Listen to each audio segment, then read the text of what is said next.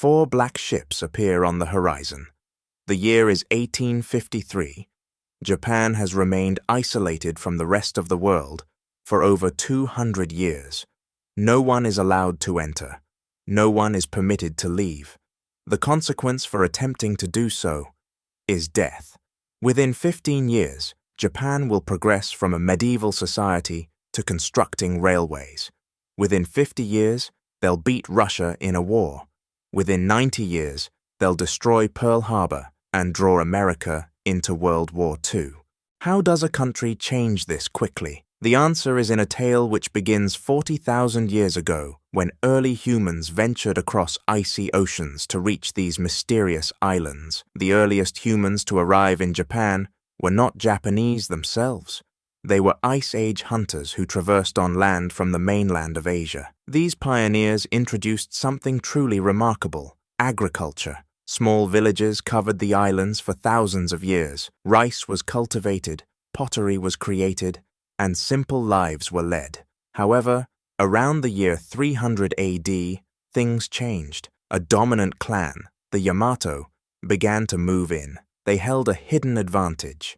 Their leader was a direct descendant of the sun goddess herself. Not merely any leader, however, an emperor, a deity on earth. The emperor's power grew significantly.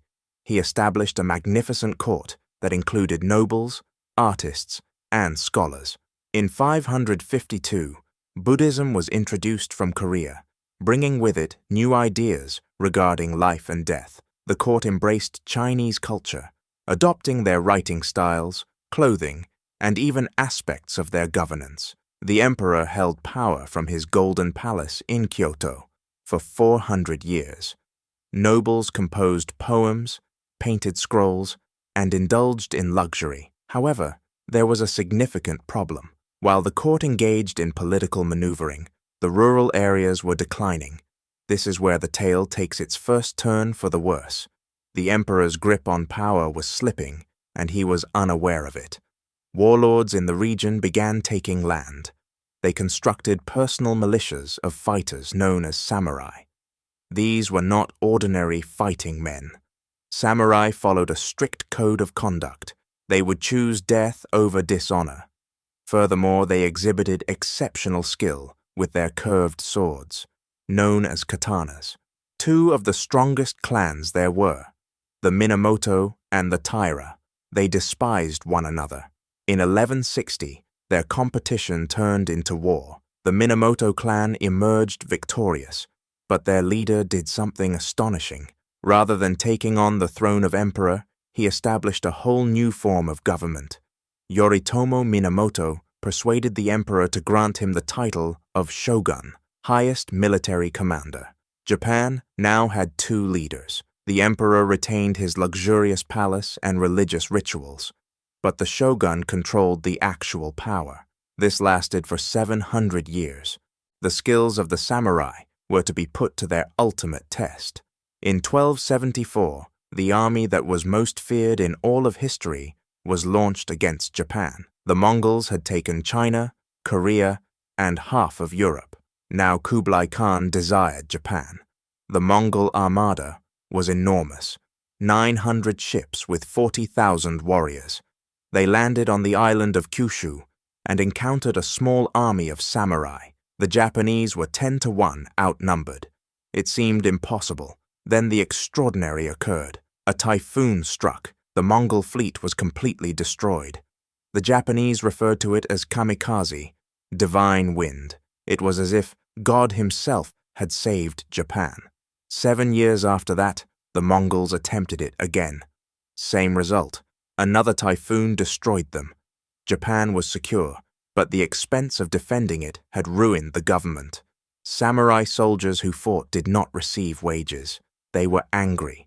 But here's what's truly amazing.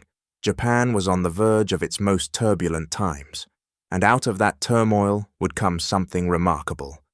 In 1333, the emperor attempted to regain power. He did so for 5 years, then was deposed once more.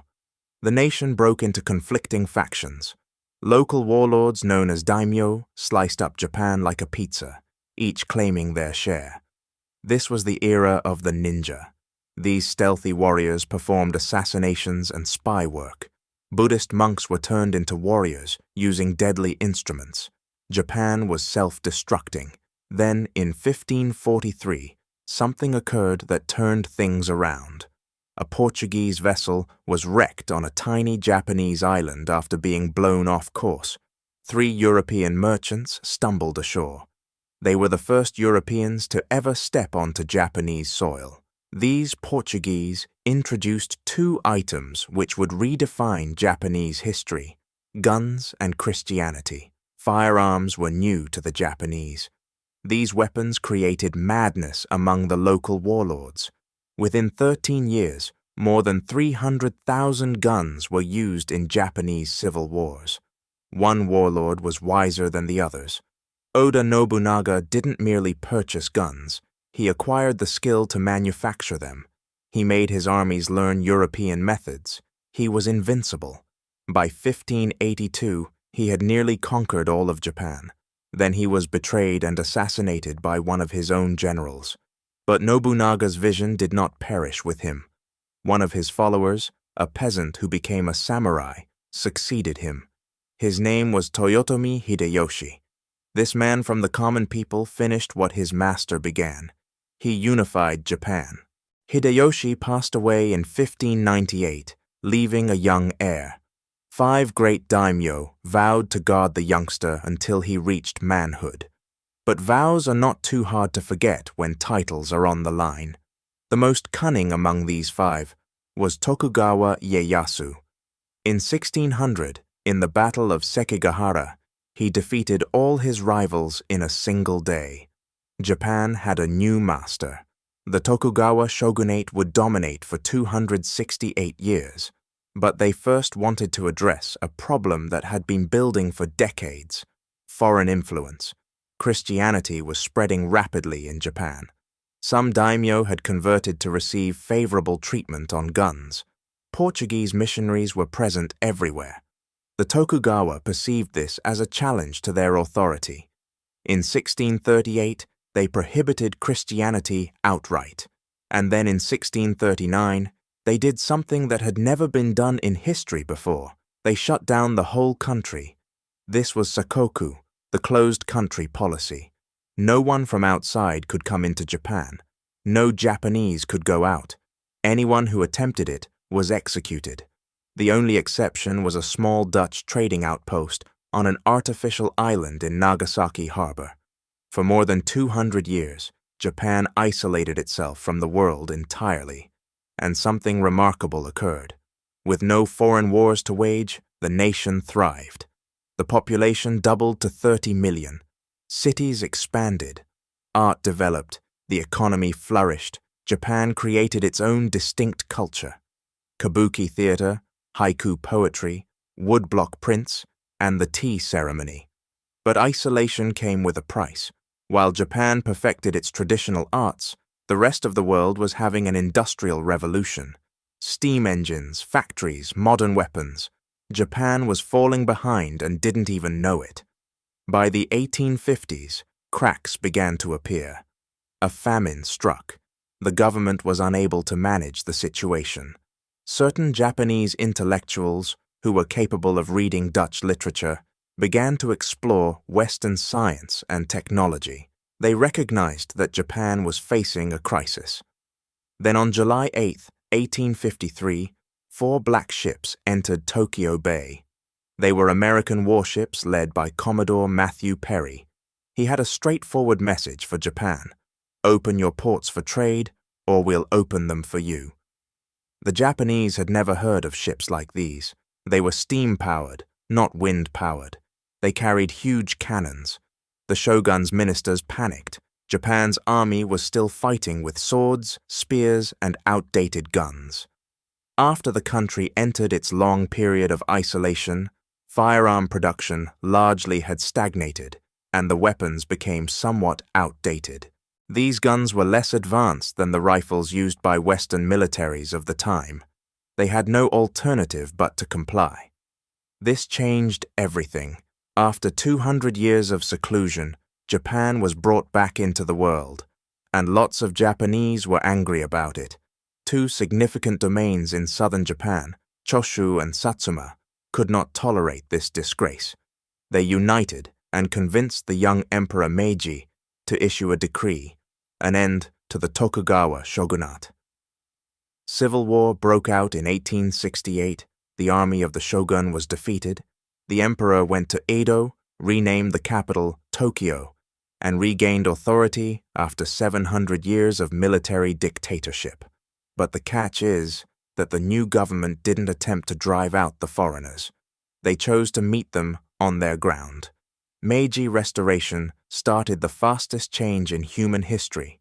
Japan employed hundreds of Western specialists to educate them in various fields: how to construct railways, telegraph wires, the formation of modern military forces, and even how to brew beer.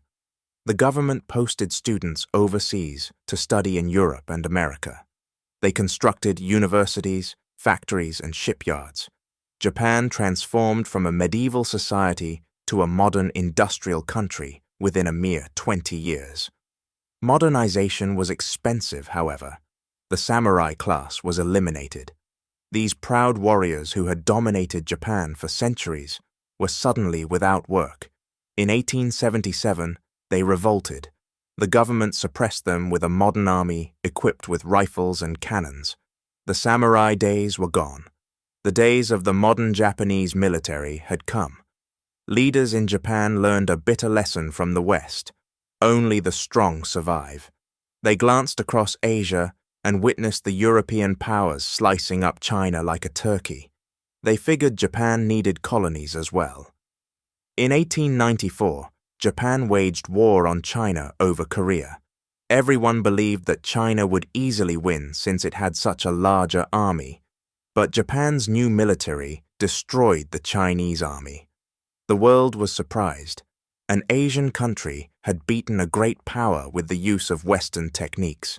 Japan captured Taiwan as a prize, but they didn't stop there. In 1904, they declared war against Russia over Manchuria. Everybody figured the Europeans would triumph. Again, Japan surprised them. The Battle of Tsushima was a decisive defeat. Japan's fleet destroyed nearly the entire Russian navy. For the first time in several centuries, an Asian country had beaten a European power in a significant war. Japan has emerged as a global power. They formed an alliance with the system that ultimately led to the onset of World War I. At the outbreak of the war, Japan joined forces with Britain and France. They capitalized on the situation to acquire German colonies in the Pacific during a time of turmoil. But victory had created new issues. Japan's military leaders became intoxicated by success. They thought that Japan was meant to dominate all of Asia. This ideology would bring about calamity. In 1931, Japanese troops in Manchuria pretended to attack their own railway and used this as a pretext to invade. The League of Nations condemned Japan's actions. Japan left the League and continued to conquer. In 1937, war with China escalated. Japanese troops took Beijing, Shanghai, and Nanjing. In Nanjing, Japanese troops committed terrible atrocities and murdered hundreds of thousands of civilians. The world gasped in horror, but the military leaders of Japan didn't care. They thought that they were establishing a new world in Asia, the Greater East Asia Co-Prosperity Sphere. This was a Japanese imperialist concept at the time. It aimed to create a self-sufficient economic and political bloc in Asia under Japanese leadership. In reality, they were engaging in a ruthless conquest disguised as a form of liberation. By 1941, Japan had established dominance over a significant portion of eastern China and formed alliances with Nazi Germany and Fascist Italy. However, there was a major obstacle. The United States was cutting off Japan's access to oil supplies. Japan would be unable to sustain its war efforts without oil. The military leaders faced a critical choice: retreat or attack America. They decided to attack. On the 7th of December, 1941, Japanese aircraft attacked Pearl Harbor. Within 2 hours, they sank or damaged 18 American warships and killed more than 2,400 individuals. America was now at war. Japan was unstoppable for 6 months. They overran the Philippines, Singapore, Hong Kong, and the Dutch East Indies. Their dominions extended from Alaska to Australia. But Japan had stirred a sleeping giant. America's industrial power was overwhelming. They could produce ships faster than Japan was sinking them. They could train pilots faster than Japan was shooting them down. The turning of the tide came with the Battle of Midway in June 1942. Japan lost 4 aircraft carriers and some of its finest pilots. After that, they were fighting a losing war. American bombers were reducing Japanese cities to ashes by 1945. The Japanese military still refused to surrender, even as their nation was being destroyed.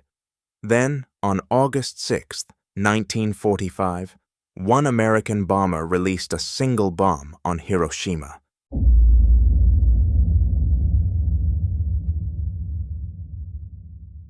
The atomic bomb killed 80,000 instantly and destroyed the entire city center. Only 3 days later, another atomic bomb devastated Nagasaki. Emperor Hirohito declared Japan's surrender on August 15, 1945. Japan was occupied by a foreign power for the first time in its history. However, this represents the ultimate irony in this remarkable story. Defeat ultimately became Japan's greatest victory. The Japanese received a new constitution during the American occupation that prohibited war indefinitely. Rather than spending capital on guns, they spent it on factories, schools, and computers. The Korean War in 1950 created huge orders for Japanese products. The economy soared like a rocket. Japan had the second largest economy in the world by 1968. This was just 23 years after Japan's surrender, in 1945. Japanese automobiles, electronics, and cameras captured the world's markets. Sony, Toyota, Honda. These names were commonly known throughout the world. Japan had attained through commerce what it had not gained through war: worldwide influence. Japan today is one of the most affluent and serene countries in the world. They enjoy the highest life expectancy, lowest crime rates, and highest literacy rates on the planet. Japan's history demonstrates something unbelievable. Countries can completely transform themselves.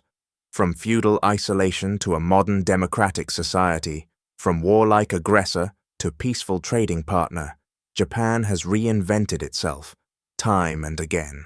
The black ships that landed in 1853 not only opened up Japan's ports, they opened up Japan's future. A future when a small island nation was able to become a world superpower, not by conquest, but by innovation, hard work, and the willingness to change. That's the true lesson of Japanese history. It's never too late to follow a different path. If you are interested in understanding how Britain evolved from a remote island to a dominant maritime power, be sure to watch our video titled The Entire History of the British Empire. And if you enjoyed this journey through Japan's incredible transformation, hit that like button. It helps us reach more history lovers like yourself. Don't forget to subscribe and ring the notification bell so you never miss our deep dives into the stories that shaped our world. The British Empire's tale is waiting, and trust me, it's even more dramatic than Japan's. See you there.